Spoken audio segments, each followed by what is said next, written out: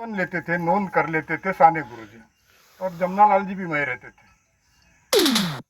कहानी ऐसी है उस वक्त की उनकी, उस वक्त वह उनका एक एक का जैसा उनको छुट्टी हो रही थी, तो विनोबा जी को भी वहाँ पे उनका पूरा 700 अध्याय तो उन्होंने श्लोक तो सब बता दिए थे।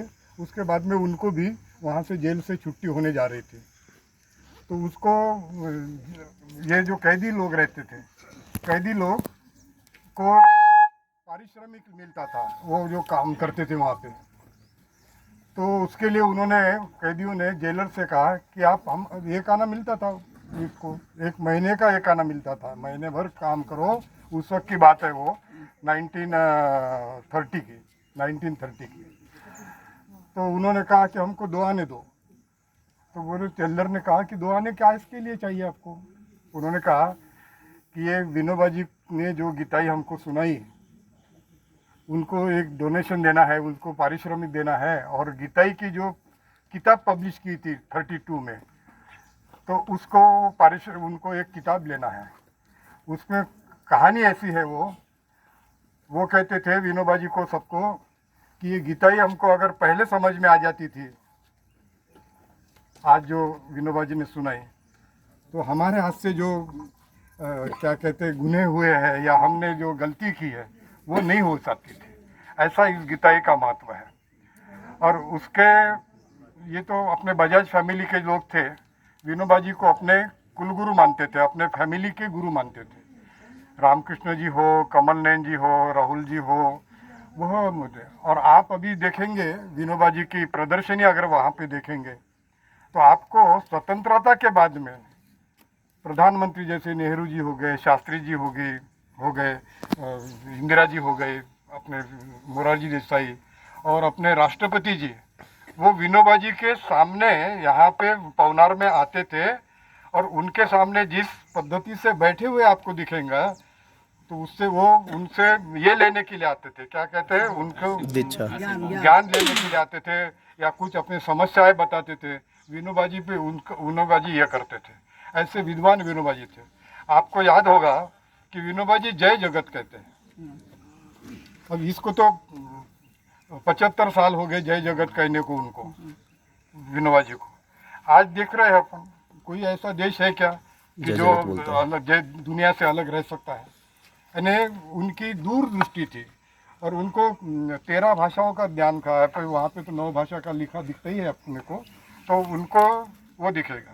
तो विनोबा जी विद्वान ही थे, और विनोबा जी की, और उस वक्त कमल नयन जी थे, कमल नयन जी, तो जमनालाल जी की जो 4 नवंबर जन्म तारीख है, तो 69 को यहाँ पे खान अब्दुल गफ्फार खान जी ने इसका उद्घाटन किया। आपको अंदर दिखेगा वो पायरी चढ़ने के बाद वहाँ पे। और आप पायरी से अगर उतरेंगे नीचे में, तो कमल नयन जी, क्या हुआ, दुर्भाग्यवश कमल नयन जी, ये मंदिर जब बना तो वो 72 में ही हार्ट अटैक से गुजर गए। लेकिन उनकी कल्पना थी, तो उन्होंने जैसा कहा था, एक पहले भी कहा था, एक बार वो तो एमपी रह चुके थे, तो उनको एक हार्ट अटैक कहीं तो भी आ गया था, अब मेरे को ध्यान नहीं है, लेकिन उन्होंने अपने मृत्यु पत्र में लिखा, तो उन्होंने ये कहा कि जैसे मुझे अगर कहीं भी हार्ट अटैक आ जाएगा, तो मेरा अंतिम संस्कार उसी जगह करो, उसी गांव में करो, क्योंकि वो एमपी थे तो इधर उधर जाते रहे, यानी वर्धा में या बॉम्बे में कहीं भी मत ले जाओ। और चंदन की लकड़ी वगैरह मेरे इसके लिए वापरना नहीं, और नए कपड़े भी मेरे आंग पर वगैरह डालेंगे तो उसको जलाना नहीं। और दूसरा, घी वगैरह डालने की पद्धति है ये जलाते वक्त, उन्होंने कहा घी का भी उपयोग करना नहीं। और गीताई मंदिर जब बनेगा, तो वहाँ पे आपको दिखेगा पायरी से उतरते वक्त, वहाँ पे उनकी अस्थि जो है, उनकी अस्थि पर से लोग जाए, इसलिए उनकी अस्थि यहाँ पर भी है।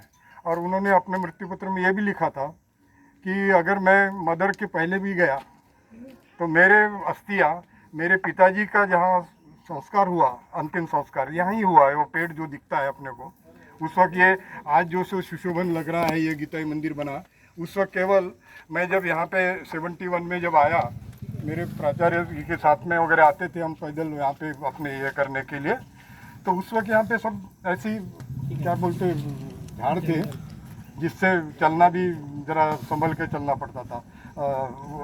ये अपने उनका जो 11 फरवरी को जमनालाल जी का अंतिम संस्कार यहाँ पे किया गया, तो उस वक्त यहाँ पे हम लोग कॉलेज से, साइंस कॉलेज के और कॉमर्स कॉलेज में, मैं कॉमर्स कॉलेज में था, तो हम लोग पैदल यहाँ पे आते थे। उस वक्त केवल पेड़ था।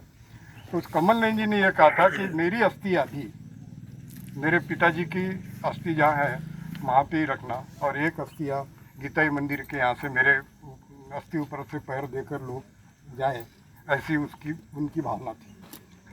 तो अब वो तो रहे नहीं उस वक्त, और खान अब्दुल गफ्फार खान जी जब उद्घाटन किया यहाँ पे लिखा है, उस वक्त कमल नयन जी थे। फिर रामकृष्ण उनके छोटे बंधु 72 में गए वो कमल नयन जी। तो ये काम आप देखेंगे कि 9 फीट का पत्थर, 9 फीट का पत्थर, 3 फीट का ऐसा पत्थर, ये तो तराश के यानी क्या कहते हैं उसको